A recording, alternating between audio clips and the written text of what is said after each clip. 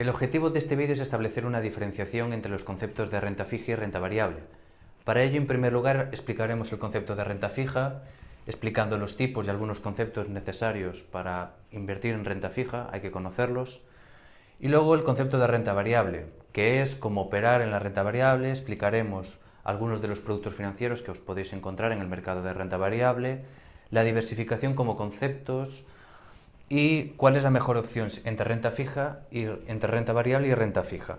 Y por último estableceremos una pequeña relación entre la renta fija y la renta variable. La renta fija es un producto financiero que utilizan las entidades gubernamentales y también las empresas privadas para emitir deuda y poder financiarse en los mercados de deuda. A mí me gusta establecer una relación entre la renta fija y el mercado bancario, es decir, vosotros cuando vais al mercado bancario y queréis pedir un préstamo a la banca para endeudaros y así financiar vuestro proyecto de inversión o invertir en lo que vosotros consideréis más oportuno, os tenéis que endeudar, ¿no? Y el prestamista, que es la banca, os establece una serie de condiciones, ¿no? En este caso, estableciendo una cierta similitud, cuando una entidad gubernamental o una empresa privada decide emitir deuda, la emite en base a unas condiciones y vosotros, como prestatarios de esa deuda, podéis adquirirla en función de las condiciones que os establezcan. Esas condiciones son fijas, por eso se denomina renta fija, y cuando una entidad gubernamental, un gobierno, una economía y una empresa privada se quiere financiar y ampliar su capital, pues puede acudir a estos mercados. Estos mercados están compuestos por particulares, empresas que pueden adquirir estos títulos de deuda y así financiar a estas entidades. Una economía, como sabéis, una de las formas que tiene para incrementar sus ingresos es vía emisión de deuda, y cuando emite deuda emite títulos de renta fija.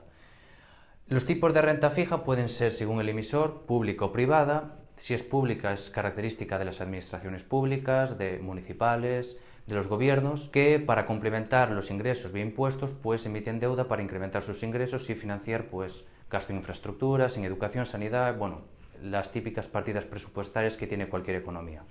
Y luego tiene pues otro tipo de renta fija, según el emisor, es la privada, que suele ser característica de las entidades privadas, empresas, corporaciones, que es otra alternativa para pues ampliar capital dentro de su empresa. Otro tipo de renta fija es según el plazo de vencimiento, puede ser a corto plazo o a largo plazo. Si es a corto plazo, los rendimientos son menores, porque el periodo de tiempo que comprometemos nuestro capital y se lo prestamos al prestatario, que es, como digo, una economía, una entidad privada, una empresa, pues es menor, entonces el rendimiento es menor, pero sin embargo son títulos de deuda muy líquidos. Pueden ser títulos de deuda de hasta 18 meses, inferiores a un año, 3 meses, un mes incluso, y como digo, tienen mucha liquidez pero poco rendimiento porque son a corto plazo. Luego tenemos los títulos de deuda a largo plazo, que son a más largo plazo, pueden ser a 5 años, 10 años, 30 años. Cuanto mayor sea el vencimiento, cuanto más largo sea el plazo, mayor rendimiento tienen porque más tiempo estamos sin percibir el dinero y por lo tanto es mayor la rentabilidad. Luego tenemos los títulos de renta fija según el rendimiento ofrecido, puede ser cupón cero explícito. Si es explícito, lo que nos viene a decir es que el pago de intereses, los intereses que va deduciendo ese título de renta, son cada ciertos periodos de tiempo, es decir, si una economía emite un bono con vencimiento a 10 años, por ejemplo, pagadero por meses a un tipo de interés del 0,25% y lo emite a un valor nominal de 1.000 euros, pues cada mes percibiréis en intereses durante esos 10 años un 0,25% del valor nominal. Es decir, si es un 0,25% de 1.000 euros, pues más o menos 2,5 euros. Por lo tanto, vemos que en el cupón cero se reembolsa el montante prestado por nosotros más los intereses al final del periodo. Si es a 10 años y es pagadero por meses, pues en el último mes del año 10 se abonará la cantidad total, y en el explícito pues se van abonando periódicamente, dependiendo si es pagadero por meses, pues cada mes, si es pagadero por trimestres, cada trimestre, una serie de intereses que se van deduciendo del producto financiero que estamos adquiriendo. Sin embargo, una vez dicho todo esto, me gustaría recalcar una serie de conceptos que son necesarios comprender para pues tener una buena base a la hora de adquirir estos productos financieros. Es en primer lugar el precio de emisión. El precio de emisión, como os digo, es el precio al cual se emite ese título de renta fija. Pueden ser 1.000 euros, 2.000 euros, el que sea. Esas condiciones las veis antes de adquirir el título financiero.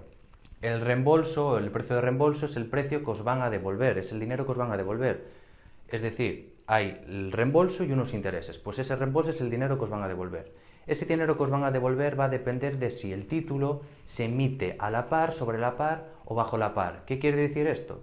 Si se emite a la par quiere decir que el precio de emisión es igual al valor nominal y por lo tanto el precio de reembolso va a ser igual. Si es sobre la par se va a pagar un poco más del precio de emisión, o sea, se va a devolver un poco más del valor del título al que se ha emitido, y si es bajo la par se va a devolver un poco menos. La diferencia entre el precio de emisión y el precio de reembolso, si lo emitimos sobre la par, es lo que se denomina prima de reembolso, que es, vamos, aquel superplus que se paga pues a mayores por las condiciones del título. Luego tenemos los cupones, que son aquellos intereses que se van generando periódicamente. Pues si se emite el bono pues a mes, pagadero por meses, o a 3 años, pagadero por trimestres, por cuatrimestres incluso, pues cada trimestre o cada cuatrimestre se van pagando esos cupones periódicos, que son constantes. Por otra parte tenemos la renta variable, que suele ser la forma más característica de captar capital para las empresas. Lo que se hace en primer lugar es una IPO, Initial Public Offering, que es una oferta pública de venta, que es la salida a bolsa. Y en esa salida a bolsa se sale con un número determinado de acciones en circulación y esperamos que el público en general compre esas acciones. Evidentemente, el valor de la empresa determina mucho si el precio de cotización va a ser al alza o a la baja, es decir, si es una buena empresa o es una buena inversión y se esperan unos flujos de efectivo futuros muy fuertes por parte de esa empresa tendrá buenas perspectivas por parte del inversor, por parte de los particulares, por parte del mercado en general, y se va a invertir en ella, y eso va a empujar el precio de cotización de esa empresa al alza. Si comparamos ambos instrumentos financieros, tanto la renta variable como la renta fija, la renta variable es mucho más riesgosa. En la renta fija tenemos que el vencimiento es limitado, mientras que en la renta variable tú adquieres una participación de una empresa, una acción, que es como un porcentaje de esa empresa, el tiempo que tú puedes poseer esa acción es ilimitado. Tú, es decir, si quieres comprar acciones de Apple o Tesla, puedes tener esas acciones todo el tiempo que quieras. Al menos que, a ver, la empresa quiebre, se liquide por completo y te den a ti la parte proporcional en función del número de acciones que tengas. Pero si la empresa sigue operando en el mercado y sigue en el mercado de valores, tú tendrás esas acciones el tiempo que te dé la gana. Evidentemente es un instrumento financiero mucho más riesgoso porque, como digo, está sujeto a las fluctuaciones de mercado de la oferta y la demanda.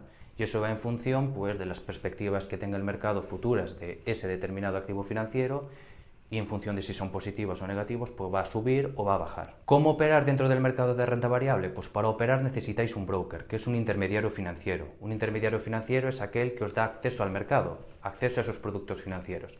Pensad en un broker como un banco. Ahí tenéis vuestros fondos, tenéis vuestra cartera, que es básicamente las posiciones que tenéis abiertas, entendiendo por posiciones las compras de acciones que tenéis en curso en vuestras inversiones y que aún no habéis cerrado. En cuanto al broker que tenéis que elegir, pues bueno, eso depende de vuestras circunstancias personales y de vuestra situación financiera.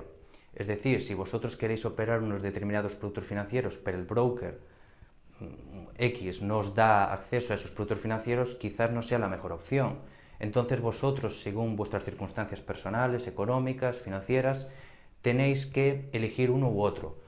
Los que utilizo yo, que son dos, que son Interactive Brokers y DeGiro, os los dejaré aquí abajo en la descripción el enlace para que podáis consultaros. Tienen comisiones muy competitivas. Ahora bien, no es una recomendación, no pretendo que utilicéis estos brokers, pero bueno, os los dejo por si es de ayuda. En cuanto a los productos financieros que te puedes encontrar en un broker y que te puede dar acceso, hay muchos, muchísimos. Yo os puse aquí algunos, acciones, opciones, fondos, pero tenéis muchísimos. Podéis operar acciones, el mercado de acciones, tanto el S&P 500, el Nasdaq, el Dow Jones. Aquí en Europa tenéis el índice DAX, que pues engloba las 30 empresas más importantes en Alemania. Tenéis el CAC 40, las 40 empresas más importantes en Francia. En el mercado de Estados Unidos es un mercado mucho más competitivo. Tenéis el S&P 500, como digo, que son las 505 empresas públicas en Estados Unidos, el Dow Jones, que son las 30 empresas de la industria en Estados Unidos, y luego tenéis el Nasdaq 100, que son las 100 empresas del sector de la tecnología en Estados Unidos. Las empresas que os podéis encontrar allí, pues desde Tesla, Amazon, Netflix, tenéis muchísimas empresas, American Airlines también, y bueno, las empresas que elijáis para comprar acciones de las mismas, pues depende ya de vuestro análisis. Comúnmente, para las personas que están desinteresadas en el mundo de la inversión, pero sin embargo quieren capitalizar ahorro privado, se suele decir que la opción más inteligente son los fondos de inversión, ya que lo único que hacen es seguir al fondo de referencia. Es lo que se llama indexación. Te indexas, es decir, un fondo de inversión es como un depósito de dinero, pues que almacena dinero de mucha gente y que siga el índice de referencia. Es decir, ese fondo de inversión lo que hace es tener pues, en su cartera pues, unas determinadas proporciones de dinero en determinados sectores diferentes. Dependiendo del sector, pues tendrá una mayor proporción del dinero de todo el fondo en un sector, por ejemplo, de las tecnologías, otro en el sector de, pues, por ejemplo, de la automoción, y siempre intenta replicar al índice de referencia, pues, o al S&P 500, si es un fondo indexado al S&P 500, al Dow Jones, si es un fondo indexado al Dow Jones, al DAX, al que sea.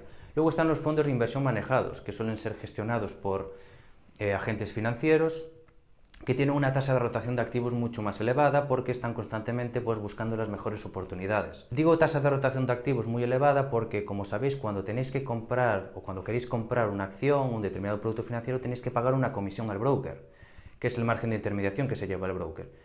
Si hay una alta tasa de rotación de activos, las comisiones en las que incurre un agente financiero en un fondo de inversión manejado son muy elevadas, porque tiene constantemente que, o en mayor medida respecto al fondo indexado, pues comprar, vender, comprar, vender, comprar, vender, y eso eleva el número de comisiones que tiene que pagar el agente financiero, y hay que tenerlo muy en cuenta.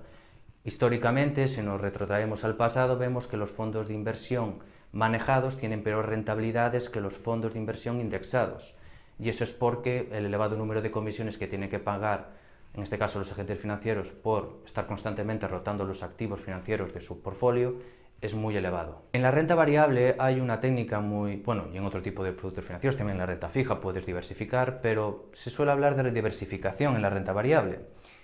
Y yo me gustaría hablar de diversificación en tres aspectos, que es diversificación por activos, clases de activos y mercados.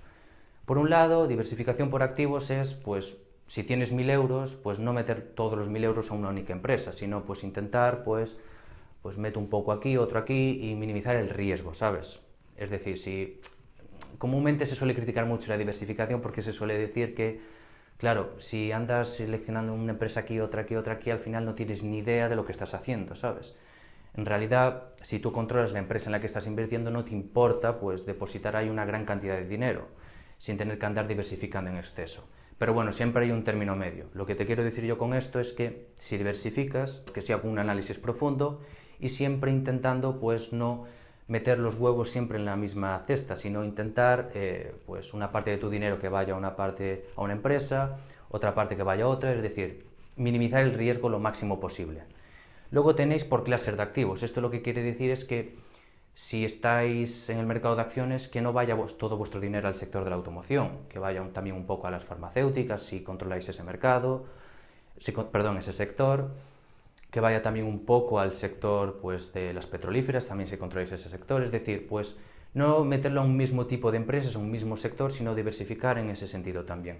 Y luego por mercados, es decir, no solo tenemos el mercado americano, sino también el mercado asiático, los mercados emergentes. Hay que tener en cuenta que India está en estos últimos años creciendo muchísimo y que también es un mercado a tener en cuenta, y que si queremos minimizar lo máximo el riesgo y evitar las máximas pérdidas en momentos de crisis, en momentos de caídas en los mercados de valores, pues es una opción diversificar por mercados, como os digo. En cuanto a cuál es la mejor opción para invertir, pues la mejor opción históricamente vemos que es la renta variable, y a continuación os lo explico por qué en un cuadro. Como veis en el cuadro que os muestro a continuación, en la columna de la izquierda del todo tenéis por un lado las acciones ordinarias, luego los bonos y luego la tasa media de inflación anual. Vemos que en el periodo de 1947 a 1968 el rendimiento de las acciones ordinarias o acciones comunes ha sido del 14%, el de los bonos del 1,8% y la tasa de inflación media anual ha sido del 2,3%.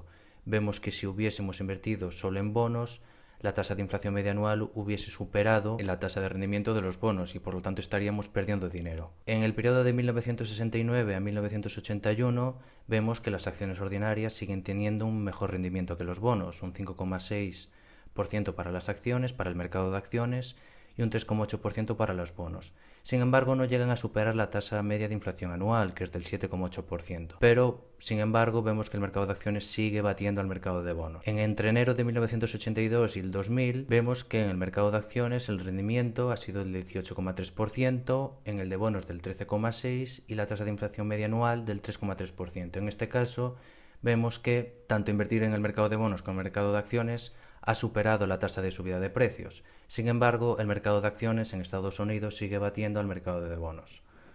Y en el último periodo de 2000 al 2009, de abril del 2000 a marzo del 2009, vemos que el mercado de acciones ha tenido un rendimiento negativo en contraposición con el rendimiento del mercado de bonos, que ha tenido un rendimiento del 6,4%, superando al mercado de acciones y al mismo tiempo a la tasa media de inflación anual. En cuanto a la relación entre renta fija y renta variable, pues es la siguiente, y va en función de los tipos de interés.